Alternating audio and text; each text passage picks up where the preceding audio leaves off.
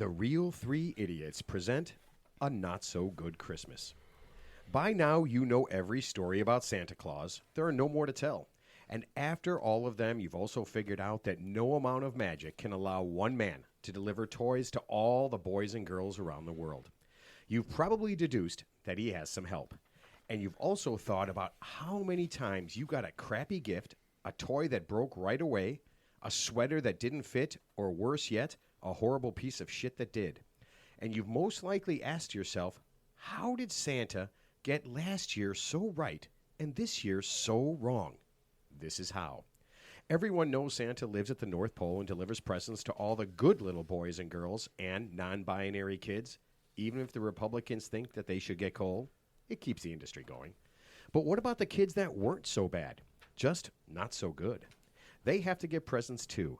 At the South Pole lives a man affectionately known as Silvio Claus, Santa's younger brother. And his job is to deliver presents to all the not-so-good, but not-so-bad little boys and girls and non-binary kids. This is the story about how the real three idiots save Christmas for all those not-so-good little boys and girls. It was a cold, blustery night, the perfect kind of night for magic, special things, and drinking. And Matt, Mark, and Ted were doing just that. Well, the drinking part, not the magic and special things part. I like Easter. It's 2 weeks before Christmas. I just like Easter. Did you know that the blue ring octopus kills 100 people a year with that neurotoxins in their body? Ted, we might have heard that story 100 times or so. You guys saw in the news that satellites found something weird in the South Pole, right? You mean weird like a colony of naked women that are looking for a 56-year-old man to lavish them with sex? I heard that too. Hey, wouldn't it be cool if we went down there and checked it out just for the show? Do they have Crown? That would be a stupid waste of time, and there's no way I am doing that. And so they were off. And before they even got to the airport, they were pre-drunk and getting drunker at the airport bar. How did you guys talk me into this? And where'd you even get tickets this fast? I don't know. They were in the mail this morning along with a note and 3 tiny bottles of Crown Royal. The note just said, hurry. And hurry they did. They hurriedly went from one bar to another as they were kicked out for being too loud, too noisy, and too stupid. And soon, after a terrifying 17-hour flight, where they disrobed several times, made love in the toilet twice, to whom no one is sure, and started not 1, not 2, but 3 fires, they had made it to the South Pole. Why is it so cold? I thought the South was warm. So did I. Didn't you guys read the book that Wilford Brimley wrote about living in the South Pole for 4 years? It was really great. He talked about... Gentlemen, come with me, said a squeaky voice from about knee level.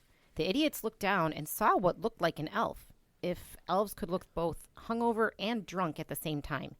Being idiots, they quickly followed the elf-like creature and were soon robbed by a gang of children and left for dead. Fortunately, a real elf found them, naked and bleeding, and knew right away that these were the idiots he was sent to find. Morons, please come with me. We need your help. Actually, we are idiots. Do you have any golf courses around here? I was hoping to get a few holes in. With what? Those kids stole all our shit, and I'm pretty sure they cut all of Matt's fingers off. Yeah, I'm pretty messed up here, fellas. I think I need a hospital.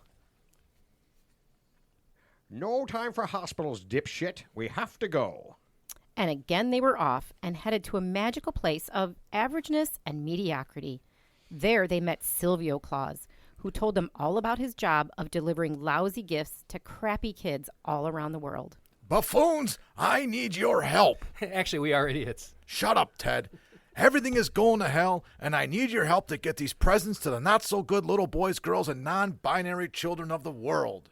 Silvio, we would be happy to take the gifts around the world on Christmas Eve in your magical sleigh with your flying reindeer. I don't have a sleigh. I use a bed of a 85 Toyota Tundra pickup truck. It's got a lot more room, and I don't have reindeer. I have 5 Cape Buffalo, and they are mean motherfuckers. Don't even look at them the wrong way. Ted, Silvio says you should be driving the pickup truck.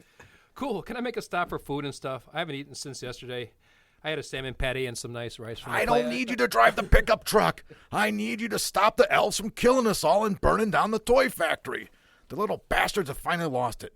To tell you the truth, the isolation is getting to me, too. I'm starting to see things.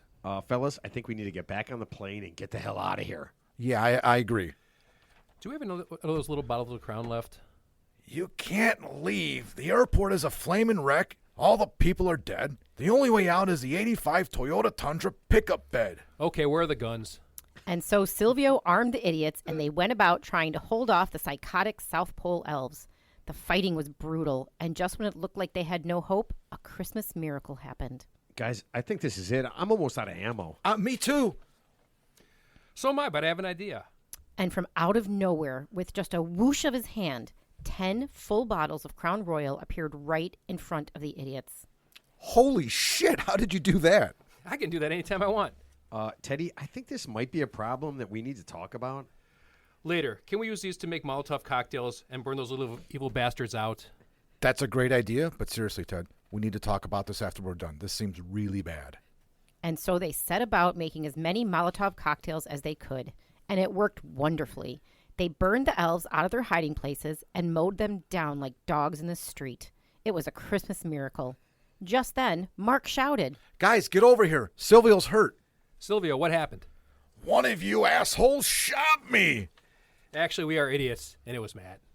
Sorry, I was kind of in a blood rage. I've never killed before. It was kind of fun. Well, I can't drive the pickup, and one of yous has to do it. Mark and I are hurt pretty bad, and I'm pretty sure we only have a few minutes left to live. Teddy, you're going to have to do it.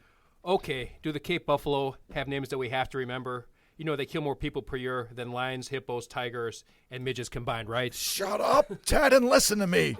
We only have a few minutes for me to explain how the pickup works. And so Silvio explained to Ted how the pickup worked, how to fly from house to house and get in through the chimney, deliver the presents, and get back out. Ted listened with every fiber of his being. He listened like he never listened before. When Silvio was finished, he asked Ted one last question. Ted, do you have any last questions? That seemed pretty complicated. Who's driving this thing? All three men looked heartbroken. It seemed like Christmas would be ruined for all the not-so-good little boys, girls, and non-binary children.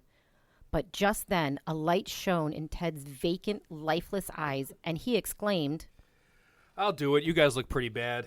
I think Mark's dead. Yeah, one of the elves cut him real bad with a sharpened candy cane. Matt and Silvio loaded up the pickup as Ted studied the controls one last time. Soon after, Matt succumbed to his injuries. He had gotten running away from the elves and directly into the Cape Buffalo enclosure. Silvio was right. Those things really were mean. Ted, can you do this? I got it. You understand the controls? Which one of these things is Rudolph again? Silvio, on his last leg, after 4 elves went after him with nutcrackers, dropped dead on the spot. With that, Ted climbed into the pickup, pressed all 17 buttons in the exact correct order, and he, the pickup, the presents, and the 5 very angry Cape Buffalo shot into the air. The end. Epilogue. Ted flew expertly through the air, like he had done it 1,000 times before, weaving, circling, and landing like a seasoned pro on the first roof in a small city, on a small block, on a small house in Northern Ireland. The Cape Buffalo, not so angry now, sat patiently as Ted grabbed the presents for the not-so-good little non-binary child that lived in the house, and with a touch of his balls, flew magically down the chimney. Silvio did things a little different than Santa. He placed the presents under the tree and took a bite of the mince pies and a drink of the Guinness that kids in Ireland leave for Silvio. They really do that. And was just about to fly back up the chimney when he spotted something shiny in a cabinet. It was a very special bottle of 30-year-old limited edition Crown Royal. This was a very special treat, and he couldn't let it go to waste. He grabbed the gallon bottle, tapped his ball sack, and was up the chimney and back in the pickup in the wink of an eye. Hours later, when the Pennsylvania police found 5 Cape Buffalo running through the streets, destroying everything they could, and Teddy, with an empty bottle of 30-year-old Crown Royal next to his body and 33 stab wounds, were able to piece it all together. The headline in the Pennsylvania Gazette read, "Man impersonating Santa commits suicide, then drinks an entire bottle of Crown Royal." Merry Christmas, everyone.